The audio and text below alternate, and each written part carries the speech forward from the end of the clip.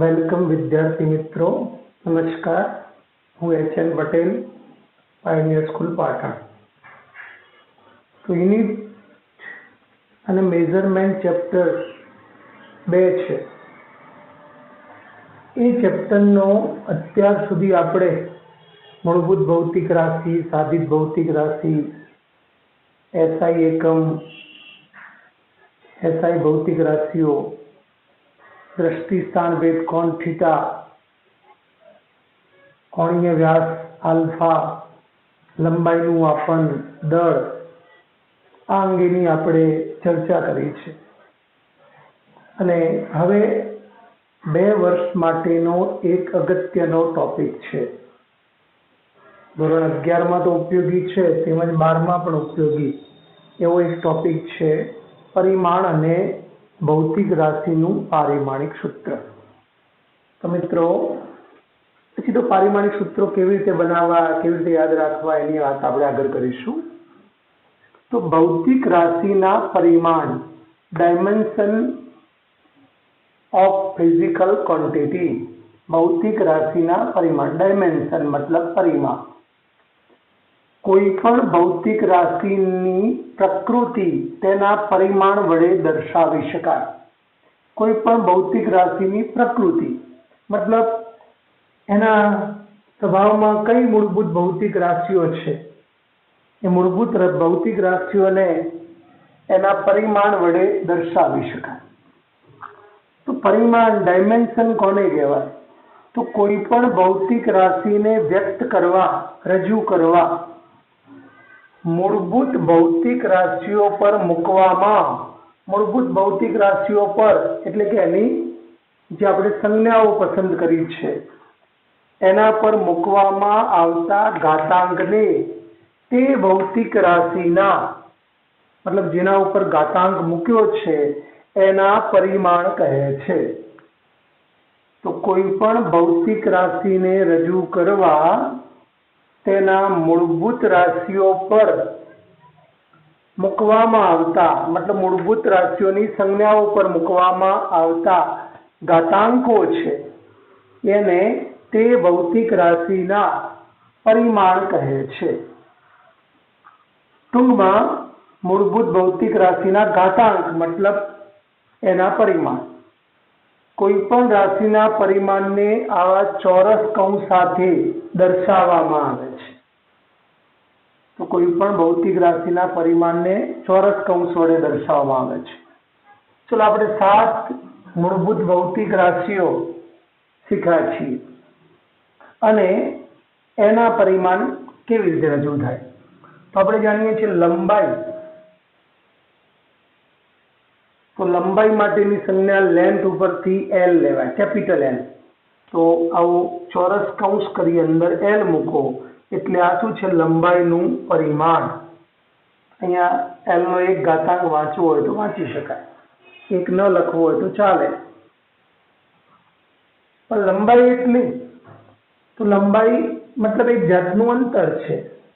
તો પહોળાઈ હોય, લંબાઈ, જાડાઈ, ઊંચાઈ, ઊંડાઈ, ત્રિજ્યા, વ્યાસ, પરિઘ, જીવા, ચાપ, વક્રતા, ત્રિજ્યા, કેન્દ્ર લંબાઈ. એ સિવાય આપણે બીજા જાણીએ છીએ તરંગ લંબાઈ, કંપ વિસ્તાર, લંબાઈના એકમો મોટા અંતર માટેના. તો AU astronomical unit 1.496 × 1011 metre. 1 light year 9.46 × 1015 metre. 1 parsec 3.08 × 1016 metre. Fermi, angstrom, nanometre, kilometre, આ બધા એ એક જાતના લંબાઈઓ છે અથવા એના એકમો ઉપરથી પણ કહેવાય. તો બધાના પરિમાણ આવું કૌંસ કરીને L લખી શકાય. દ્રવ્યમાન, માસ, કેપિટલ M આ રીતે કૌંસ કરવાનું. समय टाइम टी तो कैपिटल टी संज्ञा। विद्युत प्रवाह એટલે આમ તો કરંટ, જેને આપણે I વડે દર્શાવીએ છીએ, પણ વિદ્યુત પ્રવાહ માટે એનો SI એકમ એમ્પિયર એની સંજ્ઞા પસંદ કરવામાં આવે છે। તો એમ્પિયરની કેપિટલ A। થર્મોડાયનેમિક્સ તાપમાન, આમ તો તાપમાન એટલે ટેમ્પરેચર T કહેવાય, પણ જો અહીંયા T મૂકીએ તો સમય નામની મૂળભૂત રાશિ છે કે તાપમાન એ ખબર પડે નહીં, માટે એનો SI એકમ કેલ્વિન એને આ રીતે દર્શાવાય। જ્યોતિ તીવ્રતા કેન્ડેલા સ્મોલ સીડી ચોરસ કૌંસમાં સ્મોલ સીડી, દ્રવ્યનો જથ્થો મોલ ચોરસ કૌંસમાં MOL લખાય। અને અહીંયા માત્ર L લખ્યો છે, એનો મતલબ લંબાઈમાં બાકીની 6 મૂળભૂત ભૌતિક રાશિઓ આવતી નથી। લંબાઈ બાકીની 6 મૂળભૂત ભૌતિક રાશિઓ પર આધારિત નથી। તો લંબાઈ માટે કેપિટલ L, દળ માટે કેપિટલ M, સમય માટે કેપિટલ T, વિદ્યુત પ્રવાહ માટે capital A, thermodynamics temperature K, દ્રવ્યનો જથ્થો MOL, જ્યોતિ તીવ્રતા CD। સામાન્ય રીતે આપણે યંત્રશાસ્ત્ર, ગતિ અંગેનું શાસ્ત્ર, એ યંત્રશાસ્ત્રમાં બધી જ રાશિઓને M, L, T, દળ, લંબાઈ અને સમયના પરિમાણના પદમાં વ્યક્ત કરવામાં આવે છે। તો યંત્રશાસ્ત્રની બધી જ રાશિઓ M, L અને T ના પદમાં વ્યક્ત કરવામાં આવે છે, રજૂ કરવામાં આવે છે। ચલો, ક્ષેત્રફળ છે, એરિયા કેપિટલ A અથવા સ્મોલ a। તો ક્ષેત્રફળ એટલે લંબાઈ ગુણ્યા પહોળાઈ। લંબાઈનું પરિમાણ આ રીતે ચોરસ કૌંસમાં L લખાય, ગુણ્યા પહોળાઈનું પરિમાણ પણ કેપિટલ L, અને L ની 1 અને L ની 1 છે તો L ની 2 ઘાત થાય, આધાર સરખા ઘાતાંકોનો, અથવા L આખાની 2 ઘાત। પણ તમે જોઈ શકો છો, લંબાઈ એટલે ક્ષેત્રફળ એટલે છેવટે લંબાઈનો વર્ગ, અંતરનો વર્ગ છે। તો ક્ષેત્રફળ એ દળ અને સમય પર આધારિત ન હોવાથી તેમના પરિમાણ શૂન્ય લેતા, અને એમના પરિમાણ શૂન્ય લેતા એનો મતલબ દળ નથી તો M નો 0 ઘાતાંક, ટાઈમ નથી તો T નો 0 ઘાતાંક। તો અહીંયા ક્ષેત્રફળ એ દળ અને સમય પર આધારિત ન હોવાથી ક્ષેત્રફળમાં દળનું પરિમાણ કેટલું, અને પરિમાણ એટલે એ મૂળભૂત ભૌતિક રાશિની સંજ્ઞા પરનો ઘાતાંક, તો એમનો કેટલો ઘાતાંક મૂકવાનો? 0। સમય નથી તો ટાઈમ T નો ઘાતાંક 0। લંબાઈનો વર્ગ છે, લંબાઈ 2 વાર છે, માટે અહીંયા L નો 2 ઘાતાંક, માટે ક્ષેત્રફળ મતલબ area A is equal to ચોરસ કૌંસમાં M0 L2 T0, M નો 0 ઘાતાંક, L નો 2 ઘાતાંક, T નો। એનો મતલબ ક્ષેત્રફળમાં દળનું પરિમાણ 0, ક્ષેત્રફળમાં લંબાઈનું પરિમાણ 2, ક્ષેત્રફળમાં સમયનું પરિમાણ 0, અને બાકીની બધી ભૌતિક રાશિઓ છે, ક્ષેત્રફળમાં વિદ્યુત પ્રવાહનું પરિમાણ પણ 0, થર્મોડાયનેમિક્સ ટેમ્પરેચરનું પણ 0, જ્યોતિ તીવ્રતાનું 0, મોલ MOL નું પણ 0। ચલો, પદાર્થનું કદ, વોલ્યુમ, ઘનફળ, તો લંબાઈ ગુણ્યા પહોળાઈ ગુણ્યા ઊંચાઈ, માટે કદ V બરાબર આનું પરિમાણ L, આનું પરિમાણ L, આનું પણ L, તો L એની 3 ઘાતાંક કહેવાય, અથવા કૌંસ L3 કહી શકાય। અને કદ પણ દળ ઉપર આધારિત નથી, માટે M નો 0 ઘાતાંક આવે, સમય ઉપર આધારિત નથી ટી નો 0 ઘાતાંક, અને આપણે ક્રમ MLT રાખીશું. તો કદ બરાબર વોલ્યુમ V, તો ચોરસ કૌંસમાં M0 L3 T0 આવા બ્રેકેટમાં કરવામાં આવે છે. ચલો, પારિમાણિક સૂત્ર કોને કહેવાય? તો આપેલી ભૌતિક રાશિને કેટલી અને કઈ મૂળભૂત ભૌતિક રાશિઓ દ્વારા દર્શાવી શકાય? આપેલી ભૌતિક રાશિને કેટલી, બે ભૌતિક રાશિઓ વડે દર્શાવાય કે 3 વડે કે 4 વડે? કેટલી અને કઈ મૂળભૂત રાશિ? એમાં લંબાઈ, સમય છે, દળ છે, કઈ ભૌતિક રાશિઓ, કઈ મૂળભૂત ભૌતિક રાશિઓ દ્વારા દર્શાવી શકાય તે દર્શાવતું સમીકરણ, જે સૂત્ર છે, એને ભૌતિક રાશિનું પારિમાણિક સૂત્ર કહે છે, ડાયમેન્શનલ ફોર્મ્યુલા.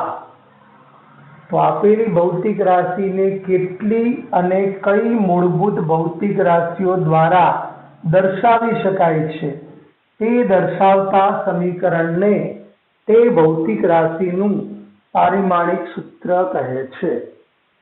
ટૂંકમાં આપેલી ભૌતિક રાશિ અને મૂળભૂત ભૌતિક રાશિઓ વચ્ચેનો સંબંધ દર્શાવતું સમીકરણ, એને તે ભૌતિક રાશિનું, મતલબ આપેલી ભૌતિક રાશિનું પારિમાણિક સૂત્ર કહે છે. ચલો, બળ બરાબર દળ ગુણ્યા પ્રવેગ, F બરાબર ma હતું, અગાઉ આપણે કીધેલું છે. ચલો, દળ તો મૂળભૂત છે, પણ પ્રવેગ એટલે વેગ ભાગ્યા સમય, વેગનો ફેરફાર ભાગ્યા સમય. સમય મૂળભૂત છે, પણ વેગ એટલે અંતર ભાગ્યા સમય અથવા લંબાઈ ભાગ્યા સમય. તો દળ વેગમાં શું આવશે? લંબાઈ ભાગ્યા સમય, અને આ સમય તો હતો જ, તો દળ ગુણ્યા લંબાઈ સમયનો વર્ગ થશે. તો દળ ગુણ્યા લંબાઈ ભાગ્યા સમયનો વર્ગ. ચલો, દળ છે તો ચોરસ કૌંસમાં M1 મુકાય અથવા M લખાય. લંબાઈ છે તો ચોરસ કૌંસમાં L લખાશે, અને સમય તો નીચે હજુ બળનું પારિમાણિક સૂત્ર, અને વંચાય શું? ચોરસ કૌંસમાં F લખ્યો છે, એનો મતલબ શું? બળનું પારિમાણિક સૂત્ર. તો M આવે ગુણ્યા L અપોન T ની 2 ઘાતાંક, અને ઉપર લો તો T ની -2 ઘાતાંક. તો M1 1 ના લખે ચાલે, M L T -2, અને બ્રેકેટ કરવા. તો બળ જેવી ભૌતિક રાશિમાં M નો ઘાતાંક મૂળભૂત રાશિને જે ઘાતાંક વડે રજૂ કરીએ એને પરિમાણ કહેવાય. તો બળ જેવી ભૌતિક રાશિનું પારિમાણિક સૂત્ર એમાં M નો ઘાતાંક 1 છે, માટે દળનું પરિમાણ 1 છે, મતલબ દળ એક વાર આવે છે. લંબાઈનું પરિમાણ 1 છે, અને સમયનું પરિમાણ -2 છે. એનો મતલબ સમયનો વર્ગ આવે છે, અને એ છેદમાં હશે. જ્યારે બાકીની ભૌતિક રાશિઓ આવતી નથી, માટે બધાના પરિમાણ 0 કહેવાય. તો પછી આ પારિમાણિક સૂત્રને આવું પણ લખી શકાય, M A no 0 ઘાતાંક, K no 0 ઘાતાંક, CD no 0 ઘાતાંક, MOL નો 0 ઘાતાંક, આવું પણ લખી શકાય. પણ સામાન્ય રીતે આપણે આવું લખતા નથી, એટલે આપણે 0 ઘાતાંક વાળાને લખતા નથી. કોઈનો પણ 0 ઘાતાંક એટલે 1 થઈ જાય, એટલે આપણે આવું લખીએ છીએ. લખવું હોય તો લખી શકાય. ન હોય, જે મૂળભૂત રાશિ ન હોય એનું ઘાતાંક 0, પરિમાણ 0. તો M1 L1 T -2 બળનું પારિમાણિક સૂત્ર. ચલો, ઘનતા ρ અથવા ડેન્સિટી D. તો ઘનતા એટલે દળ ભાગ્યા કદ. ચલો, દળ તો મૂળભૂત છે, પણ કદ એટલે લંબાઈ ગુણ્યા પહોળાઈ ગુણ્યા ઊંચાઈ. તો ઘનતા ચોરસ કૌંસમાં રો દળ છે તો m1 આવે અને લંબાઈ ગુણ્યા પહોળાઈ ગુણ્યા ઊંચાઈ, લંબાઈનો 3 ઘાતાંક તો l/3, તો m l/-3. સમય નથી આવતો, બાકીની મૂળભૂત ભૌતિક રાશિઓ પણ નથી આવતી, પણ સામાન્ય યંત્રશાસ્ત્ર છે એટલે આપણે બધી જ ભૌતિક રાશિને માત્ર mlt ના પદમાં રજૂ કરીએ છીએ, એટલે બાકીના ઘાતાંકો લખતા નથી. તો t નો 0 ઘાતાંક. ચલો, ઝડપ અથવા વેગ v તો અંતર ભાગ્યા સમય. તો ઝડપ અથવા વેગ વેલોસિટી v તો અંતર ભાગ્યા સમય, મતલબ લંબાઈ ભાગ્યા સમય. તો વેગનું પારિમાણિક સૂત્ર કૌંસમાં v = l આવે upon t. ચલો, આમાં દળ નામની મૂળભૂત રાશિ નથી, તો m નો 0 ઘાતાંક, l નો 1, t નો -1. એનો મતલબ ઝડપ અથવા વેગમાં દળનું પરિમાણ 0, એનો મતલબ દળ પર આધારિત નથી. લંબાઈનું પરિમાણ 1 અને સમયનું પરિમાણ -1. ચલો, વેગમાન મતલબ રેખીય વેગમાન, લિનિયર મોમેન્ટમ, એની સંજ્ઞા સ્મોલ p છે. અને રેખીય વેગમાન મેળવવો તો દળ ગુણ્યા વેગ. રેખીય વેગમાન મેળવવો તો દળ ગુણ્યા વેગ. તો દળ મૂળભૂત, વેગ એટલે લંબાઈ ભાગ્યા સમય. તો પછી વેગમાનનું પારિમાણિક સૂત્ર કૌંસમાં p = દળ એમ આવે, લંબાઈ એક જ વાર છે, સમય નીચે છે તો t ની 1 ઘાત, તો mlt. તો વેગમાનનું પારિમાણિક સૂત્ર m1 l1 t -1, m1 l1 t -1. તો લંબાઈ અને દળના પરિમાણ 1 છે, જ્યારે સમયનું પરિમાણ વેગમાનમાં -1 છે. 111 એકડો માઇનસ થશે. હવે શબ્દ છે પારિમાણિક સમીકરણ કોને કહેવાય? તો કોઈ પણ ભૌતિક રાશિને, ઘનતા છે, બળ છે, વેગ છે, કદ છે, કોઈ પણ ભૌતિક રાશિને તેના પારિમાણિક સૂત્ર સાથે લખવાથી મળતું સમીકરણ, એને તે ભૌતિક રાશિનું પારિમાણિક સમીકરણ કહે છે. તો કોઈ પણ ભૌતિક રાશિને તેના પારિમાણિક સૂત્ર સાથે લખવાથી મળતા સમીકરણને તે ભૌતિક રાશિનું પારિમાણિક સમીકરણ કહે છે. તો કદ કૌંસમાં વોલ્યુમ v તો બ્રેકેટમાં m0 l3 t0.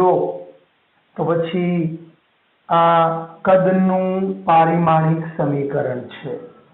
બળ F બરાબર ચોરસ કૌંસમાં F m l t ની -2. તો આ બળનું પારિમાણિક સમીકરણ. પ્રવેગ સ્મોલ a તો m0 l1 t -2. તો આ પ્રવેગનું પારિમાણિક સમીકરણ છે. તો મિત્રો ખાસ ધ્યાન રાખજો, મૂળભૂત ભૌતિક રાશિ એકબીજાથી સ્વતંત્ર છે, માટે એમાં બીજી કોઈ ભૌતિક રાશિઓ આવતી નથી, માટે એમના પરિમાણ 0, એટલે આપણે એને લખતા નથી. ધારો કે લંબાઈની જગ્યાએ પહોળાઈ, ઊંચાઈ, ઊંડાઈ, જાડાઈ, ત્રિજ્યા, વ્યાસ, પરિઘ, જીવા, ચાપ, સ્થાનાંતર, અંતર, પથ લંબાઈ, તરંગ લંબાઈ, કંપ વિસ્તાર, વક્રતા ત્રિજ્યા, કેન્દ્ર લંબાઈ, આ બધા જેના એકમ મીટર સેન્ટીમીટર હોય. પછી તમે જાણો છો લંબાઈના નાના એકમો નેનોમીટર, એંગસ્ટ્રોમ, ફર્મી. પછી મોટા એકમો એયુ, એસ્ટ્રોનોમિકલ યુનિટ, પાર્સેક, પ્રકાશ વર્ષ. આ બધાના મીટર સાથેનો સંબંધ છે મીટર સેન્ટીમીટર સાથે. માટે બધાના પરિમાણ એલ કહેવાય અથવા એલ નો 1 ઘાતાંક. દળ માટે, દ્રવ્યમાન માટે m1, ટાઈમ માટે t1 ટૂંકમાં t, ક્ષેત્રફળ L2, લંબાઈનો વર્ગ, કદ L ઘન, બાકીના 0, m0 L ઘન t0. ક્ષેત્રફળમાં m0 L2 t0. સીધું મગજમાં ગોઠવાવું જોઈએ. એ પછી ખાસ વિદ્યુત પ્રવાહ તો A, થર્મોડાયનેમિક્સ તાપમાન તો K, જ્યોતિ તીવ્રતા તો ચોરસ કૌંસમાં CD. એ પછી દ્રવ્યનો જથ્થો તો MOL, ઝડપ અથવા વેગ એટલે અંતર ભાગ્યા સમય તો m0 L1 t-2. m0 L1 t-. પ્રવેગ એટલે શું? વેગ ભાગ્યા સમય. પણ વેગનું શું છે? m0 L1 t-1 અને નીચે t1 વધનું આવે તો m0 L1 t-2 એનું પારિમાણિક સૂત્ર. ચલો પ્રવેગ મેળવી ચૂક્યા. બળ બરાબર દળ ગુણ્યા પ્રવેગ. દળનું શું છે?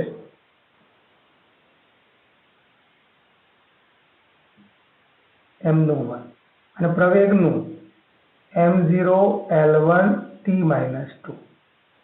અને આને ભેગું કરો એટલે m1 આધાર સરખા ઘાતાંકોનો સરવાળો m1 L1 t-2. એ કોનું પારિમાણિક સૂત્ર છે? બળનું પારિમાણિક સૂત્ર. ઘનતા તો દળ ભાગ્યા કદ. દળનું ખબર છે m1, કદનું L ઘન તો m1 L-3 t0. તો અત્યારે આટલા પારિમાણિક સૂત્રો ધ્યાનમાં રાખજો. અને વેગમાન એટલે દળ ગુણ્યા વેગ. વેગ એટલે અંતર ભાગ્યા સમય તો m1 L1 t-1. તો મિત્રો આપણે ઘણા બધા પારિમાણિક સૂત્રો નવા લેક્ચરમાં મેળવીશું. બીજું કંઈ નથી. કોઈ આપેલી ભૌતિક રાશિમાં જે ભૌતિક રાશિ આવેલી હોય એની જે સંજ્ઞા છે એનો એટલો ઘાતાંક મૂકવાનો. એક વાર આવેલી હોય તો 1 ઘાતાંક સ્ક્વેર, 2 વાર આવેલી હોય તો 2 ઘાતાંક, ન આવેલી હોય તો 0. તો જે મૂળભૂત ભૌતિક રાશિ નથી આવી એની સંજ્ઞાનો ઘાતાંક 0 અને જે ભૌતિક રાશિ જેટલી વાર આવેલી છે એટલો ઘાતાંક. 1 વાર આવેલી હોય તો 1 ઘાતાંક, 2 વાર આવેલી હોય તો 2 ઘાતાંક. તો મિત્રો સ્ક્રીનશોટ પાડી લો. અને મહત્વનો 2 વર્ષનો એક ટોપિક છે પારિમાણિક સૂત્રો. તો કેવી રીતે બનાવવા એના એકમો અને બધી ચર્ચા આપણે વિગતવાર નવા લેક્ચરમાં કરીશું. પણ આટલા પારિમાણિક સૂત્રો તમને હવે યાદ જ હોવું જોઈએ. મૂળભૂતમાં તો એનો જ ઘાતાંક આવશે.